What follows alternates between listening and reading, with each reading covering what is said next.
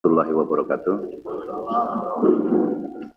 Selamat pagi, salam sejahtera untuk kita semua. Shalom, Om Swastiastu, Namo Buddhaya, salam kebajikan. Pertama-tama dalam kegiatan press release ini, pimpinan TNI dalam hal ini adalah Bapak Panglima TNI maupun khususnya Bapak Kasat menyampaikan rasa bela sungkawa yang sebesar-besarnya kepada institusi Polri, khususnya untuk keluarga korban AKP Anumerta Lucianto, kemudian Aibda Anumerta Petrus Aprianto, dan Bribtu Anumerta Galib Surya Gandana dalam kejadian gugurnya pada saat almarhum melaksanakan tugas tanggal 17 Maret 25. Kemudian dalam proses penyidikan kami itu kita mengacu kepada acara pidana militer yang tertuang dalam Undang-Undang Nomor 31 Tahun 97 tentang Peradilan Militer. Berdasarkan berdasarkan pasal 99 ayat 1, penyidik yang mengetahui atau menerima laporan atau pengaduan tentang terjadinya suatu peristiwa yang patut diduga merupakan tindak pidana, wajib segera melakukan tindakan penyidikan yang diperlukan. Nah, di sini yang kami ingin sampaikan titik tolak mekanisme dalam penyidikan kami. Mungkin bisa ditayangkan. Nah, inilah mekanisme kami di dalam melaksanakan, jadi tidak serta-merta rekan-rekan sekalian. Dalam hal ini kami urut kejadian tanggal 17. Pada saat itu korban sedang melaksanakan tugas, tanggal 17 melakukan penggerbekan judi. Kemudian terduga yang saat sekarang sudah menjadi tersangka itu menyerahkan diri pada tanggal 18 Maret 2025, yaitu Kopda B. Kemudian tanggal 19 Maret 2025 tersangka kedua itu Peltu YHL itu menyerahkan diri di Batu Raja, sehingga anggota kami di Subdepom Batu Raja yang menjemput dan membawa ke Denpom 23 Lampung untuk segera diamankan. Kemudian pada hari dan tanggal yang sama, tanggal 18 maupun tanggal 19 Maret ini, Dandim selaku Ankum itu membuat surat penitipan terduga kepada Denpom untuk diamankan. Nah, pada tanggal 19 Maret, Denpom sudah mulai melakukan penyelidikan maupun ke arah penyidikan, di mana kita menginterogasi, mencari alat dan bukti dalam kasus pidana ini. Alhamdulillah pelaku mengakui, kemudian menunjukkan di saat dia lari dari lokasi itu membuang senjata di satu tempat. Akhirnya tanggal 19 Maret siang hari anggota Denpom melaksanakan pencarian barang bukti tersebut dan syukur alhamdulillah ditemukan. Mungkin fotonya ada. Nah, ditemukan di sini. Nah, setelah alat bukti dan barang bukti kami temukan dan hasil pemeriksaan tersangka mengakui perbuatannya, maka dan Denpom koordinasi kepada Polda maupun Polres untuk meminta laporan secara resmi ke kami dalam rangka untuk menentukan tersangka dan melakukan proses hukum lebih lanjut. Dan itu dilaksanakan pada tanggal 22 Maret 2025. Anggota dari Polsek Negara Batin atas nama Aibda Wara Andani telah membuat laporan polisi kepada kami tentang laporan polisinya tentang tindak pidana penembakan terhadap 3 orang korban yang saat melaksanakan tugas. Kemudian Brigadir Polisi Rio Dael Agusto telah membuat surat laporan polisi yaitu tentang kasus perjudian yang diduga dilakukan oleh Peltu YHL. Tanggal 22 ini berdasarkan laporan polisi ini, maka penyidik melakukan SOP-nya atau mekanisme dalam penyidikan itu membuat surat permohonan kepada Ankum, yaitu Dandim. Nah, atasan yang berhak menghukum Dandim untuk mengeluarkan surat penahanan sementara dalam rangka proses penyidikan. Pada tanggal 23 Maret 2025, Dandim mengeluarkan surat penyerahan perkara untuk penyidikan dan penahanan sementara. Sehingga di tanggal 23 Maret 2025, resmi kedua tersangka ini kita jadikan sebagai tersangka untuk penyelidikan lebih lanjut. Kemudian setelah Denpom ataupun Pomdam 2 Sriwijaya menerima laporan tersebut, maka kami laporkan kepada Bapak Kasat dan Bapak Kasat memerintahkan kami untuk melindaklanjuti membentuk tim supervisi dan percepatan dalam penyidikan ini. Maka kami koordinasi dengan Kadipropam dan alhamdulillah pada tanggal 24 Maret 2025 sore hari kami beserta Karoop Propus Mabes Polri, Brigadir Jenderal TNI Polisi Pamen Simanjuntak bersama dengan Danpus Sintelat dan bersama Sintel Mabesat, tim ini datang ke Lampung.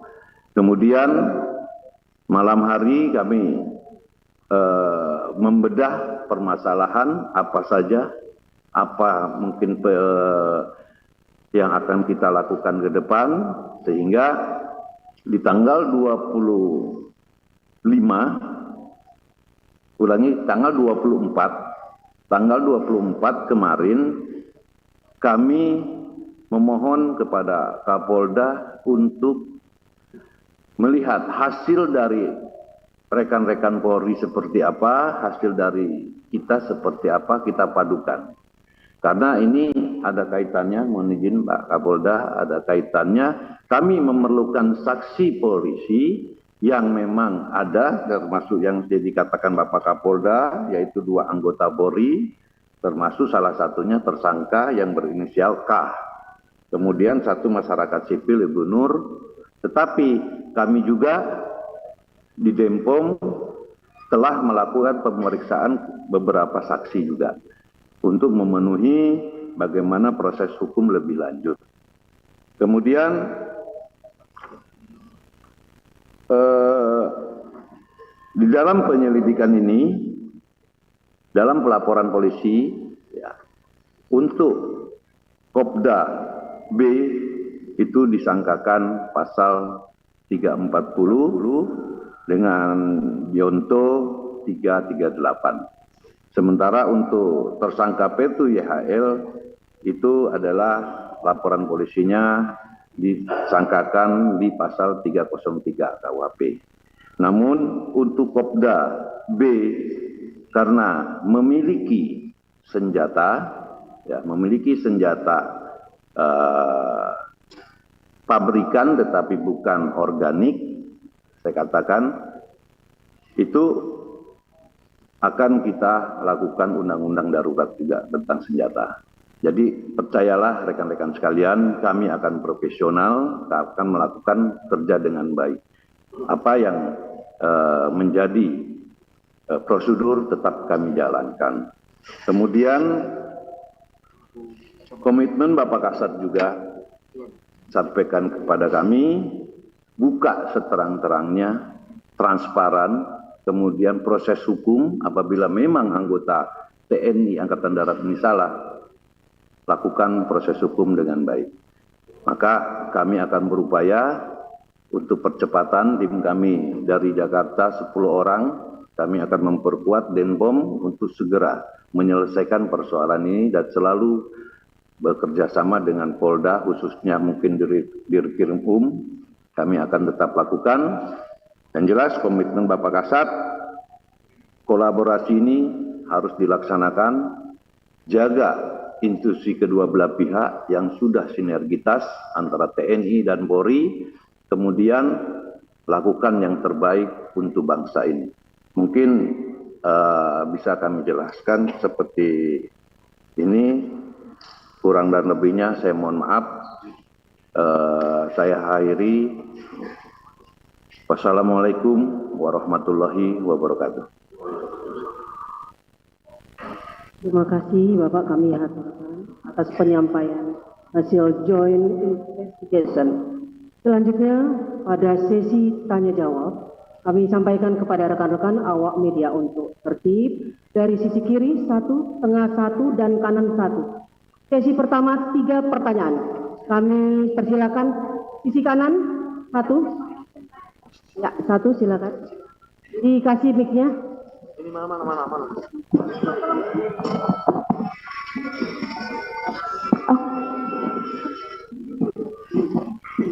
Selamat pagi, selamat siang Bapak-Bapak. Izin, saya Yunika TV One mau bertanya.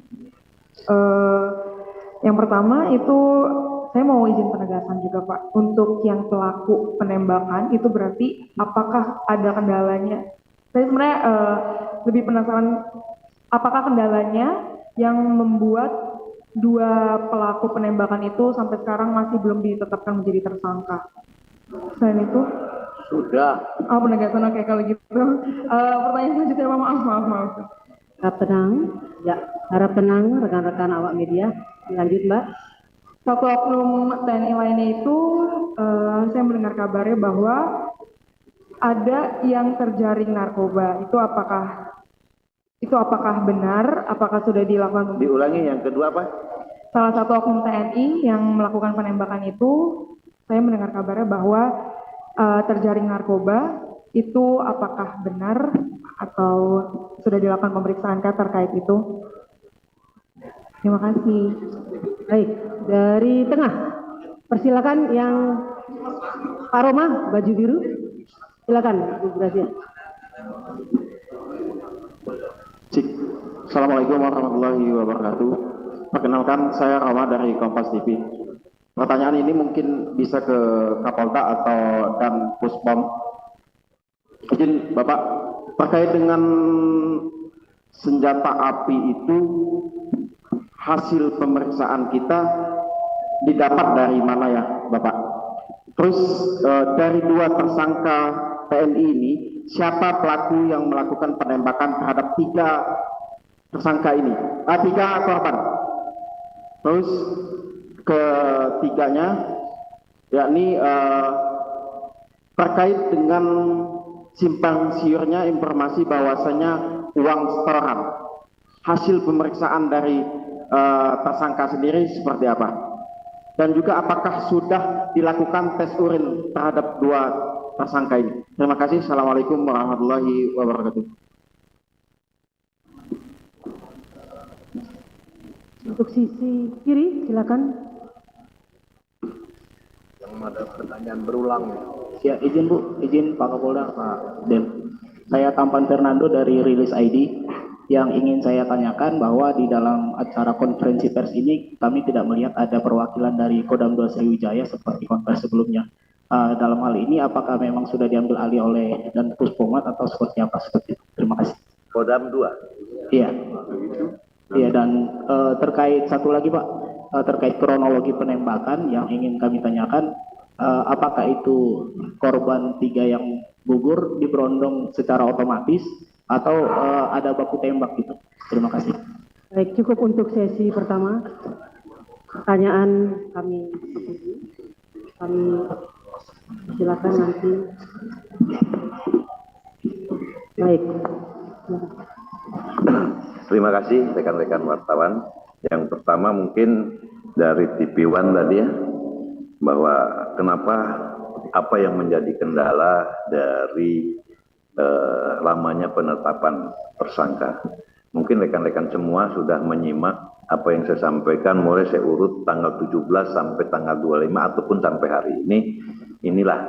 Jadi 22 itu kami menerima laporan polisi, 23 kami sudah melakukan penahanan sementara yang Ankum berikan kepada kami. Kemudian tanggal 23 itu juga sudah kami nyatakan bahwa itu sebagai tersangka. Sudah jelas cuma 1 hari sebenarnya.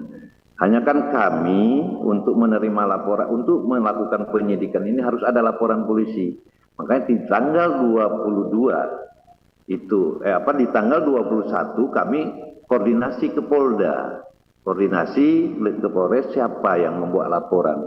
Karena ini kami akan mengusut dan mendapatkan barang bukti ini. Nah, makanya 23 sudah dijadikan tersangka. Dan itu sudah ada, sudah dicek oleh kita tim dari Jakarta maupun dari Polda.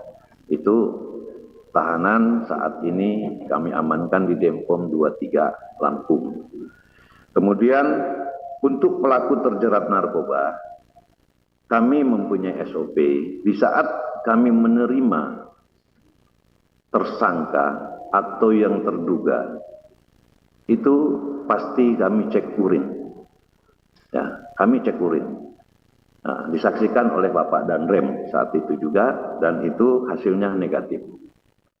Kemudian melangkah kepada pertanyaan kedua, senjata api, pemeriksaan dari mana? Untuk percepatan, saat ini senjata api kemarin pada dalam Pomdam tanggal berapa pemeriksaan?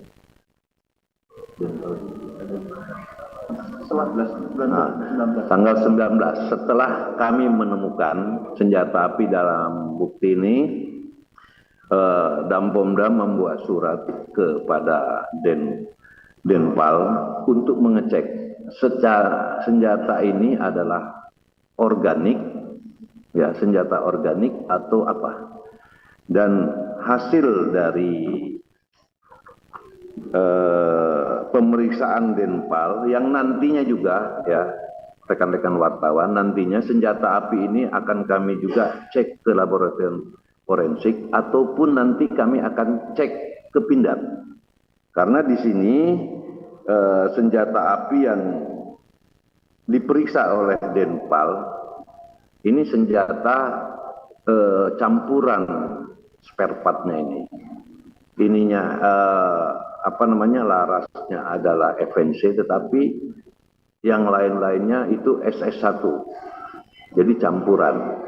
Sehingga patut diduga senjata ini adalah senjata rakitan karena tidak standar pabrik. Maksud kami tidak standar. Tetapi untuk lebih jelasnya rekan-rekan wartawan, kami akan cek di laboratorium itu, ya, mohon bantuan mungkin nanti ke Brigjen Pamen, kita akan ke platformnya Mabes Polri, maupun nanti kami akan konsul juga, akan uji juga, diuji balistik di Pindad, karena ada spare part dari SS1 Pindad. Ini akan kami lakukan. Kemudian pelaku penembakan itu siapa? Kami tadi sudah jelaskan di dalam laporan polisi. Pelaku penembakan adalah Kopda B. Dan yang bersangkutan sudah mengakui menembak 3 korban itu. Ya, rekan-rekan. Kemudian Tentang tes urin tadi sudah kami jawab. Nah, ini yang rame di media sosial masalah uang setoran. Kami belum fokus ke arah itu karena kami akan fokus kepada proses hukum ini. Persoalan yang rame dalam medsos itu biarkan saja dulu, kami beri ruang waktu kami bekerja dalam menyelesaikan persoalan ini. Kami tidak akan main-main, kami akan fokus hanya kepada proses hukum yang kami tangani. Kemudian khusus apakah pejabat Kodam 2 Sriwijaya itu diambil alih oleh tim? Tidak. Saya katakan tidak. Kami tim sebagai supervisi dan percepatan dalam membantu untuk penyelesaian penyidikan. Kalau Kodam 2 jelas di samping saya Pak Danrem, di belakang saya ada Dabomdam 2 Sriwijaya anak buah saya, ya. Kemudian Kakumdam ada Kakumdam ada. Jadi semuanya tergabung, Pak. Ya, rekan-rekan wartawan. Kemudian yang terakhir adalah penembakan secara otomatis atau tidak saat penembakan itu. Setelah kami konfirmasi hasil yang kami periksa, hasil kami penyidikan, hasil kami penyelidikan, kami konfirmasi tadi malam. Saya katakan tadi malam tim masih bekerja koordinasi dengan Dirkrimum, ya, Dirkrimum. Tim kami bersatu mencocokkan apa yang sudah sebelumnya press release mungkin Bapak Kapolda sampaikan tentang adanya selongsong dan sebagainya.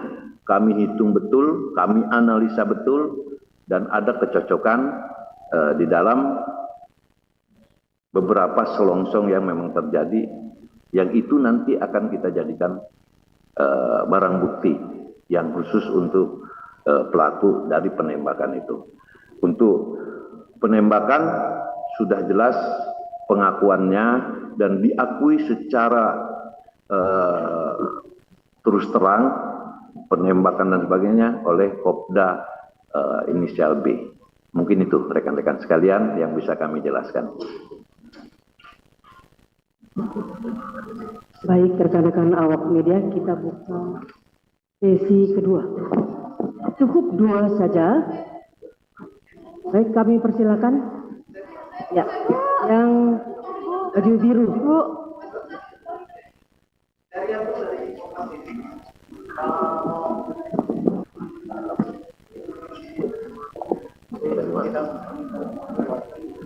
Izin Bapak Ibu, perkenalkan saya Paulina dari Kupas Tuntas.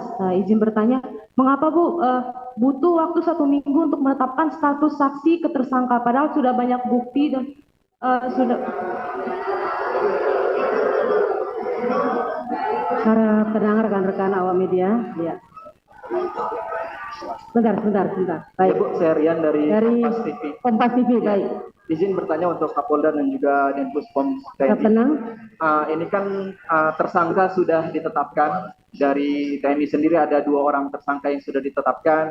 Diulang Pak, diulang, saya nggak dengar Pak. Oh ya, saya Rian dari Kompas TV. Ini mau bertanya terkait dengan 2 tersangka sudah ditetapkan. Selanjutnya, tahap selanjutnya apa? Proses persidangannya bagaimana? Dan apakah bisa digelar secara terbuka sesuai dengan permohonan dari pihak keluarga korban?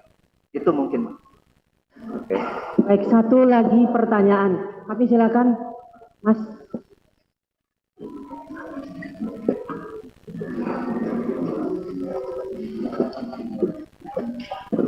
Assalamualaikum warahmatullahi wabarakatuh. Izin Komandan Jenderal, saya Dian Hadiatna dari LKBN Antara. Berkaca dari permasalahan ini, Jenderal, apa tindakan yang akan diambil oleh TNI dan Polri untuk mengantisipasi agar anggota TNI dan Polri tidak ada lagi yang membackingi kegiatan-kegiatan ilegal? Terima kasih. Dan satu lagi terkait motif penembakan itu apa sih, Jenderal? Terima kasih. Baik, cukup 2 saja untuk sesi terakhir yang kedua. Persilakan kepada Bapak. Baik, izin Pak Kapolda.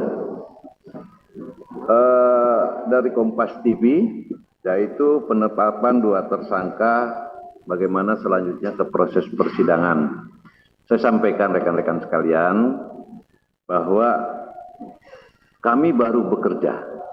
Saya katakan kami baru bekerja, ya, 24, 25 karena penentuan 23, 24 kami koordinasi, 25 hari ini kami sampaikan kepada rekan-rekan sekalian, biarlah kami fokus bekerja dulu, ya. Yang jelas mekanisme kepersidangan dan sebagainya kan tadi kami sudah ada di yang kami sudah jelaskan. Jelas di sini mekanismenya. Jadi kapan ininya, bagaimana, secepatnya kami akan berupaya secepatnya. Nah, untuk proses persidangan pengadilan militer itu terbuka untuk umum, di mana Panglima TNI maupun Bapak Kasat sudah menyampaikan yang kami sampaikan tadi, bahwa buka seterang-terangnya dan transparan, dan itu menjadi titik tolak kami bekerja. Kami akan melakukan yang terbaik untuk bangsa ini, untuk institusi TNI maupun untuk institusi Polri. Kemudian motif penembakan, sekali lagi kami belum bisa jawab karena kami baru mendalami. Mulai hari ini kami sudah akan kerjakan sebagaimana proses hukum ini berjalan. Biarlah kami melakukan pekerjaan kami, beri ruang waktu kami, yang nantinya pasti akan kami sampaikan juga bahwa proses ini sudah ada perkembangan selanjutnya. Bahkan mungkin sudah kita kirim ke auditor militer nantinya untuk segera disidangkan. Nah, kemudian yang masalah ke depan tadi dari rekan-rekan ini mungkin mohon maaf, mungkin Pak Kapolda saja yang jawab. Terima kasih.